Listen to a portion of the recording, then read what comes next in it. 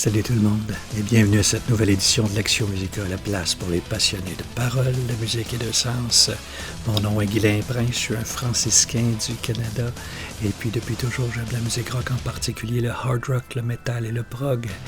Et dans cette chronique, nous nous attardons à une chanson par semaine pour essayer de lire attentivement les mots, pour écouter et comprendre la construction musicale, mais aussi pour comprendre quel est le sens de cette chanson-là. De cette manière-là, on a l'occasion de passer un bon temps ensemble avec de la super musique. Et nous sommes présentement dans un parcours chronologique, on pourrait dire, à travers le répertoire de Nightwish. Nous sommes dans l'album Oceanborn, 1998. C'est la 6e chronique de cette série-là, donc on avance rondement. Et puis, cette pièce-là s'intitule The Devil and the Deep Dark Ocean. Nous allons l'écouter en version studio avec paroles. Vous l'aurez sur l'écran. D'ailleurs, je vous donne l'écran immédiatement, comme ça. Et puis, je vous aurai aussi, les francophones, les mots ici en français. Ensuite, on va écouter une version live. Je ne sais pas si je vais faire la surprise que j'ai faite la semaine passée toutes les semaines, mais ce que je fais, c'est que je m'enregistre à écouter 2 versions live, puis il y en a une des 2 qui va passer dans la vidéo de façon normale. Alors, sans plus tarder, êtes-vous prêts? Moi, je le suis. Version studio 1998. On y va. 1, 2.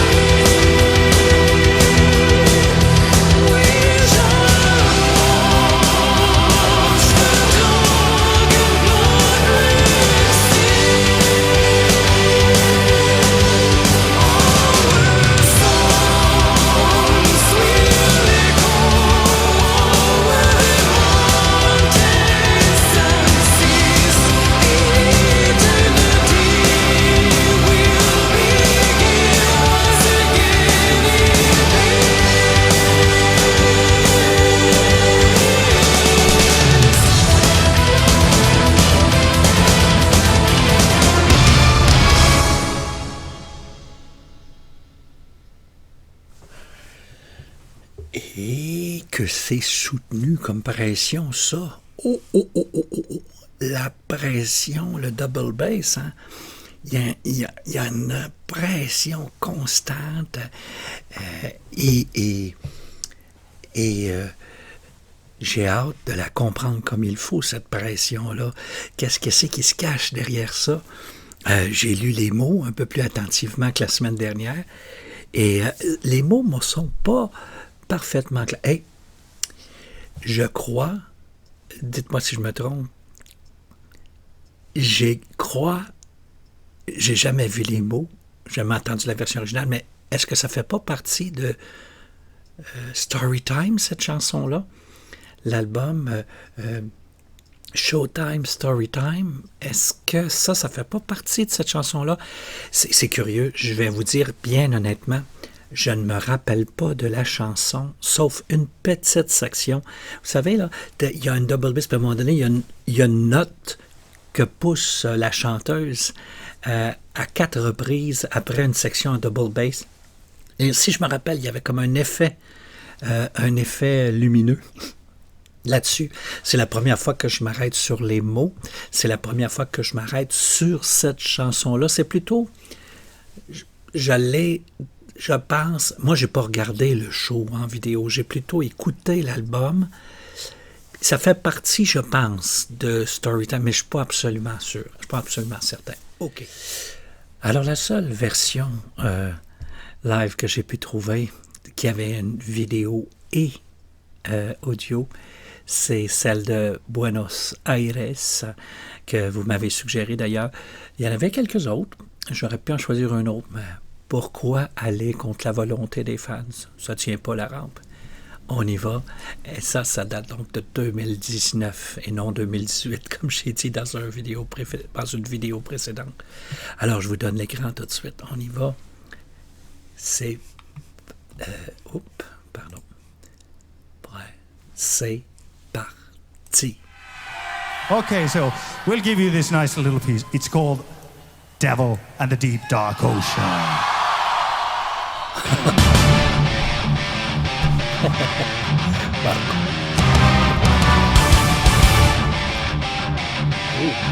J'aime ça.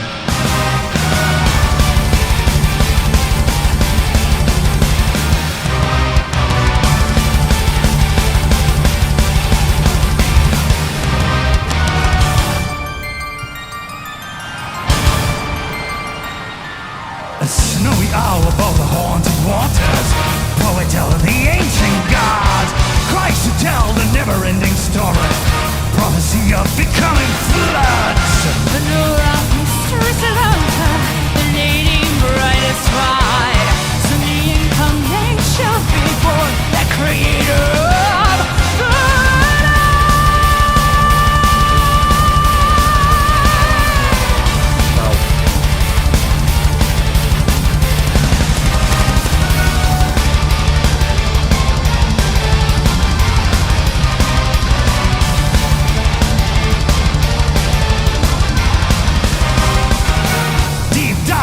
Justice Kingdom, pulling on tomorrow's world. There's of the liquid, giving power. The red iron bone blood. Vigilant race of the blood-red water, the creator of infinite blue. Skeleton masters, this earth, carving on it.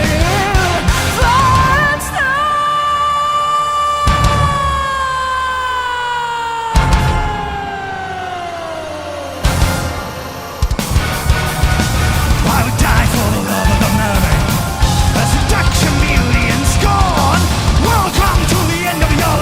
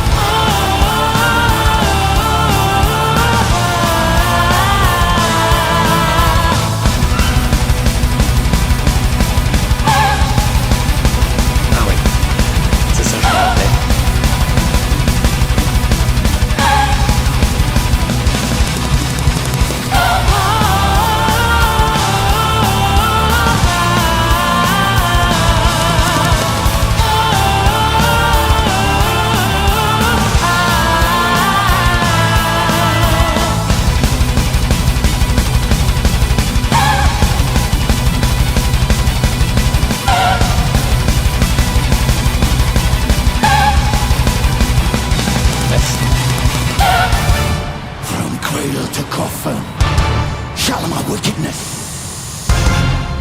be your passion?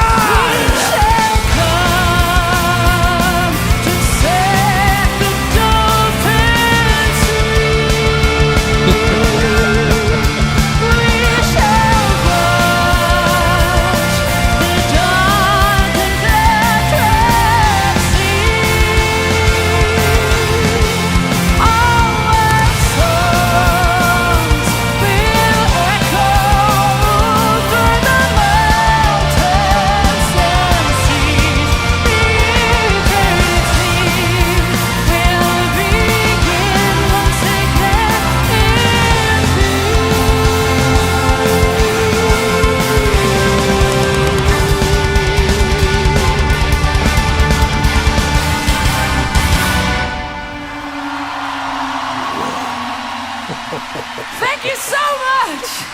Ouais, Wow! ben, thank you à toi. Wow, quel show, hein? C'est quel show. Je pense que c'est la 4e ou 5e chanson que je vois à Buenos Aires. Oh, quel spectacle. Et ce que j'aime de Buenos Aires, la captation. Tout est proche, hein? C'est très proche. Alors, on voit clairement les... Oh, quel duo! Ah! Marco puis Flor. En anglais, c'est storyteller. En tant que conteur, raconteur d'histoire, ils sont exceptionnels.